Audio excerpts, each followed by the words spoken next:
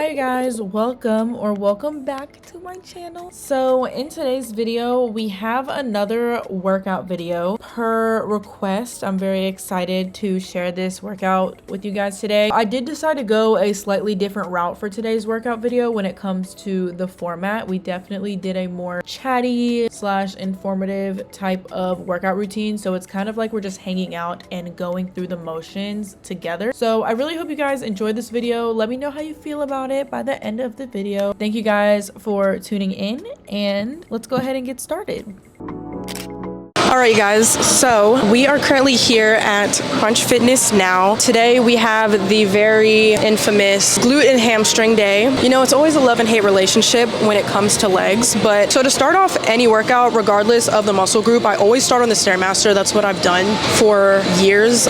It's nothing about the Stairmaster specifically, I guess. It's just what I'm used to, but I just feel like it's the perfect way to not only warm up your muscles, but also get your heart rate up at the same time. I just feel like it's a good overall warm up, and then we'll plan to go in with our dynamic stretching prior to getting into our first exercise. So I tend to go for 5.5 minutes. I'm acting like there's a range, but for some reason it's always specifically 5.5 minutes. We'll go for 6 just for the video, and so it's an even number. But yeah, 6 minutes on the Stairmaster at your own pace. It's really just to get your heart rate up. I'm still working on implementing more cardio into my routine, so this is, you know, and it's just for the warm-up. So that's all we're going to be doing on the Stairmaster for today. So before we get into today's workout routine, I wanted to give a huge thank you to HelloFresh for partnering with me for today's video. HelloFresh is honestly peak convenience for you to get well-rounded meals that still taste super good and do not take a lot of time to prepare. Every HelloFresh recipe includes high-quality, sustainably sourced ingredients like produce that comes fresh from the farm. There's always something for everyone to enjoy on HelloFresh's weekly menu with 50 chef-crafted recipes to choose from every week. Plus, they also have customizable options to make your meals just the way you like them, so you'll be able to easily satisfy every craving. You can save valuable time during the busy holiday season with fewer trips to the grocery store thanks to the HelloFresh Market. There's over 100 add-on items you can add to your weekly box, like quick breakfast, packable snacks, beverages, and more. If you plan on traveling for the holidays, or you're just simply too busy to cook at home, you can easily skip a week's delivery if you need to. HelloFresh is really there to work with your schedule, so it's really easy to adjust if needed. So there's really no commitments, and HelloFresh is there to work with you. If you guys are interested, you guys can get up to 10 free meals and free shipping with your first box at HelloFresh.com with code ASLEA10FM. Free meals applied as a discount on first box, new subscribers only. That's up to 10 free HelloFresh meals and free shipping. Just go to HelloFresh.com with code ASLEA10FM. You guys can visit the link I'll have in my description box to receive this offer. But with all of that being said, thank you to HelloFresh for working with me, and let's go ahead and continue on with today's workout routine.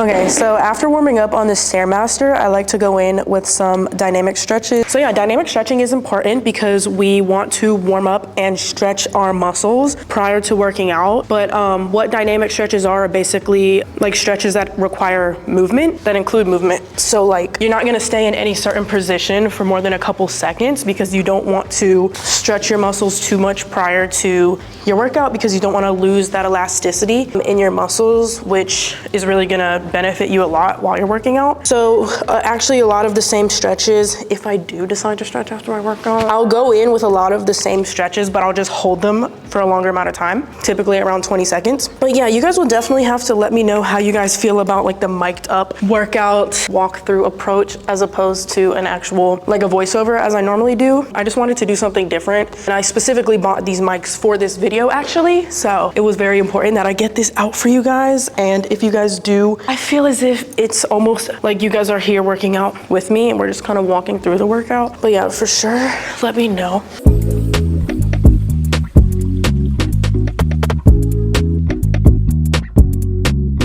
So mind you that a lot of the exercises I'm going to be doing today are compound exercises. And what compound exercises basically are, they're like the really basic fundamental exercises, such as squats. I'm not doing squats today. Deadlifts, thrusters, bench press, not doing bench today, but just as an example, they're just the basics that you guys have seen me do once and you'll never not see me do them, because when it comes to exercise, like the crazier the exercise does not mean the crazier results. Like honestly, staying consistent with the basics is what's really going to give you progress. Like exercise is one of those things. It's nice to try like new forms of exercises, and there's nothing wrong with changing out your exercises, but it's kind of like a don't fix what's not broken type of thing. So I do keep a lot of those fundamental exercises that I've done since I was 16 years old, but I also have changed up my routine to the point where I can share an updated routine with you guys. But a lot of the time, for example, if I do post a workout video, if you want to know what my workout routine is, like what I was doing 6 months ago is probably what I'm still doing to an extent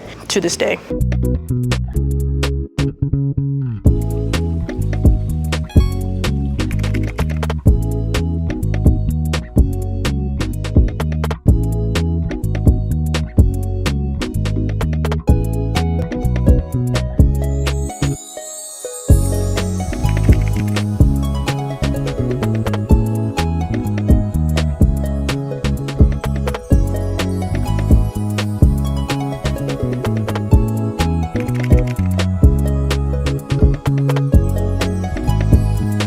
Also, even if I'm not working a specific muscle group, I'm still gonna warm up those muscles, because honestly, like when it comes to a lot of exercises, even if I'm not working a specific muscle group said day, I'm still basically going to warm up my entire body and all of my muscles, because for most exercises, you're using all parts of your body to an extent, especially when it comes to deadlifts, like more intense lifts like that. I just wanna make sure everything's warmed up, especially my back.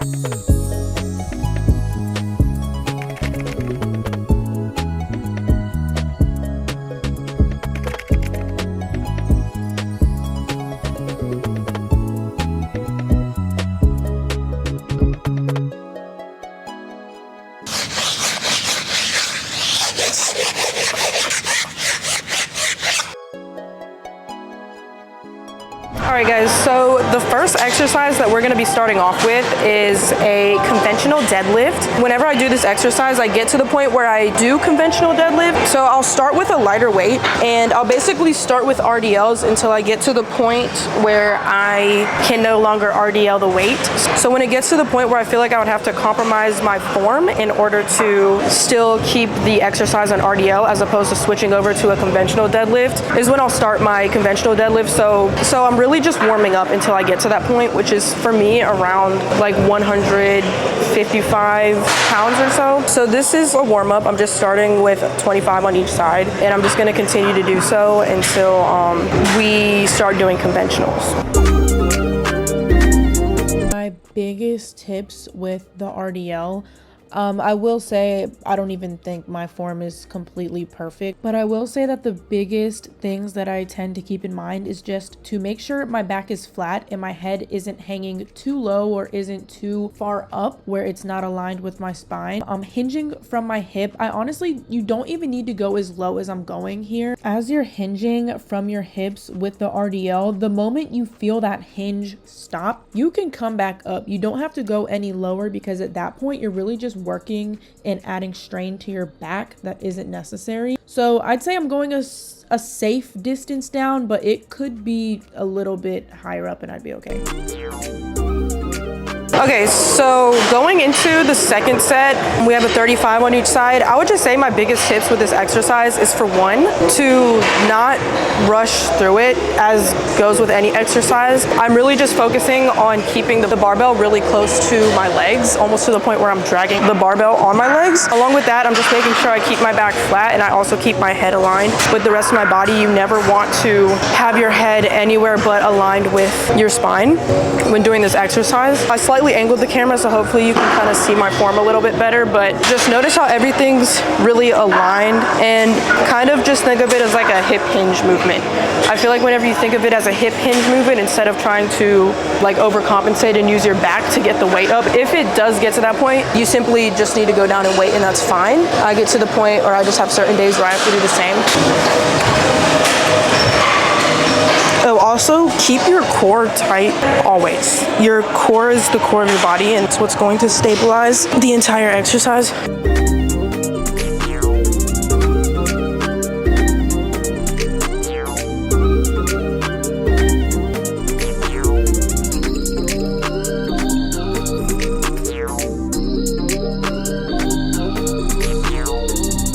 Okay, so we've now added 45-pound plates. This is probably the last set I'll be able to comfortably lift this as an RDL.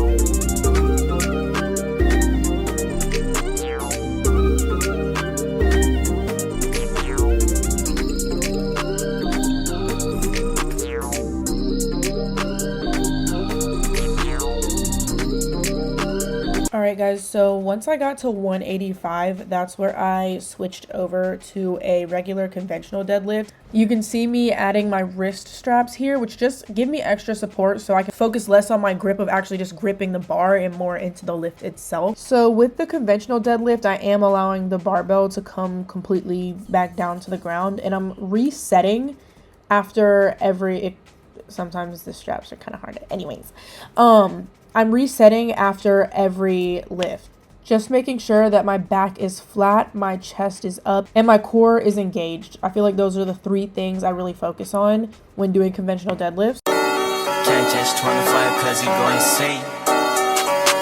So as you guys can see, I'm kind of doing this little jolting motion, which is considered pulling the slack out of the bar, because there's always going to be a little bit of range of motion prior to you actually lifting the barbell off the ground. So this way, you're just making sure you have a pull on the bar before you actually pull it up, so you're not kind of wasting energy just getting the barbell off the ground first, if that makes sense. These are all things that you really don't have to worry about, especially when you're first starting out. I will say that there's tons of videos that will give a more in-depth explanation of everything that I'm explaining. I'm simply just sharing tips and things that I like to keep in mind going throughout my exercises, but there's definitely more knowledgeable videos that'll give a better explanation than I'm giving.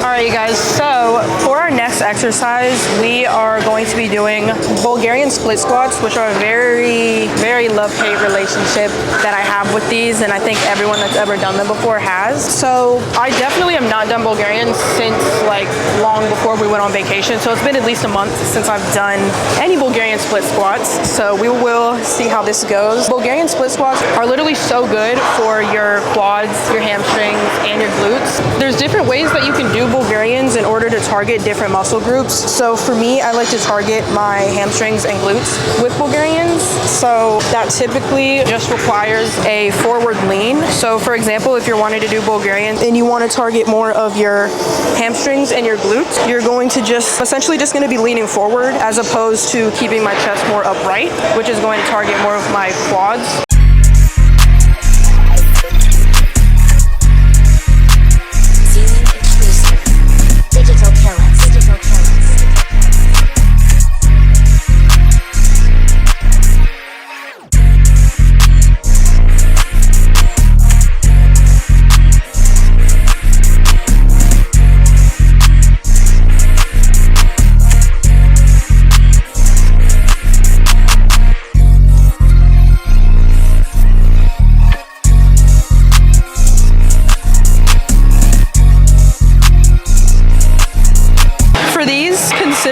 in a while, and this weight in itself, I'm talking to the camera. Oh shit. It's okay. Yeah, this weight is definitely gonna be enough. I may try to go up on the last set, but for now, this is very intense as is. Yeah, Bulgarians are the worst, but they're so good for your legs. And at the end of the day, I like to use more weight to push myself and to see what I'm capable of, and it kind of helps me track just my strength. But more weight does not always mean bigger muscles, bigger results, or anything like that. A slow and controlled movement with a moderate weight that works for you is more than enough.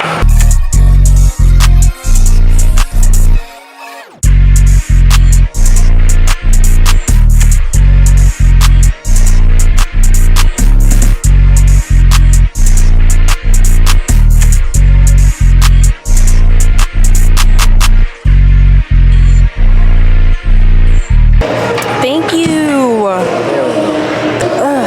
So much better working out with a boyfriend because he can carry all of my weights for me. So what? What? So what? I'm gonna say anything. You say you're hungry? Yeah, I am. But that's not what I said, big bag. Okay, guys. So for the next exercise, or shall I say exercises, because the next thing that I'm going to be doing is a superset. And what a superset is basically various exercises done with a short amount of rest in between. And you're not really done with the set until you're done with said exercises. So for this superset, I'm gonna start with hip thrusts, and then right after hip thrust, I'm going to go into sumo squats with the same dumbbell. And then that set isn't complete until I've done both of those exercises. So we're going to be doing 3 supersets of hip thrusts and sumo squat. So I have a 100-pound dumbbell here. I've done heavier, like with a squat rack, you know, hip thrusting 200 plus pounds. But as mentioned previously, like the more weight doesn't necessarily mean more volume. So yeah, you don't have to worry about that when you see people hip thrusting hundreds of pounds. It is a huge accomplishment, but it's not necessary to see results. So I mean, 100 pounds is still very heavy, but I feel like it's a good moderate weight for me that I can do, but I'm not like, I don't feel like I'm overdoing it. So we're gonna start with these, and with hip thrusts, I'm gonna put the barbell on my hips. And for hip thrusts, I say the biggest thing is to just make sure that you are specifically pushing straight through your glutes. You're not trying to push with your back or any other part of your body. And I'm also going to keep my neck kind of rounded. Like I'm gonna stay looking in front of me. So as you guys can see, this is the form that I'm going to be going in with. I have like upper back on the bench. I'm gonna go down and I'm going to thrust my hip into the air. My head does not move whatsoever, as opposed to me like leaning back here and kind of like, you know what I mean? Just kind of a comparison. So I'm just going to completely thrust through my glutes. I'm gonna do 10 of these, and I promise you, if you do these slow and controlled, you do not have to worry about feeling the burn.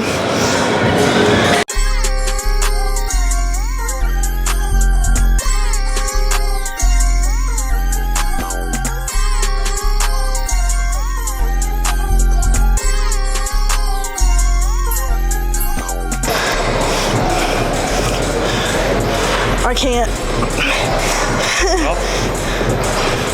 Okay, so for a sumo squat, I'm going to be using the same dumbbell, and basically, as far as like foot positioning, what I've seen as kind of like a hack to do so is you start with your feet like shoulder distance apart, then you open them, and then you open them again, dumbbells in the way, and that'll kind of give you like a solid distance of where to put your feet. This,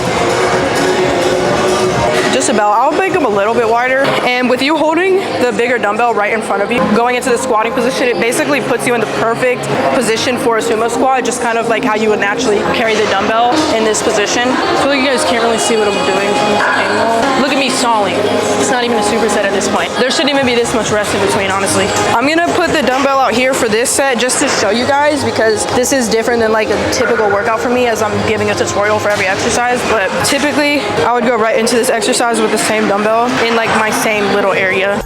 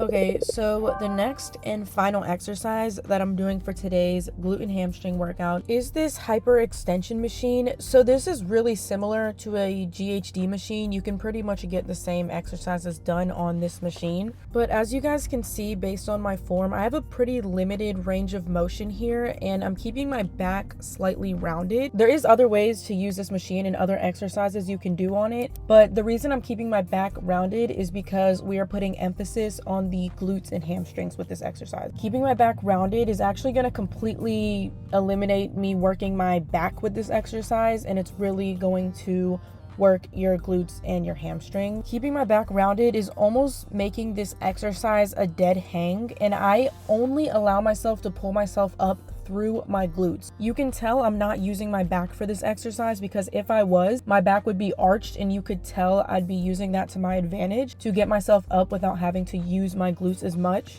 If you want an exercise that you are strictly going to feel in your glutes, this is absolutely the exercise to do it if performed correctly. Doing these slowed and controlled and intentionally really pulling through your glutes, using that mind to muscle connection is going to do you a lot of justice with this exercise. With all of these exercises shown, that completed today's glute and hamstring day. Truly hope you guys learned a thing or two. Feel free to ask any questions down below in the comments. I appreciate you guys so much for sticking around for today's workout video, and I will see you guys in my next one.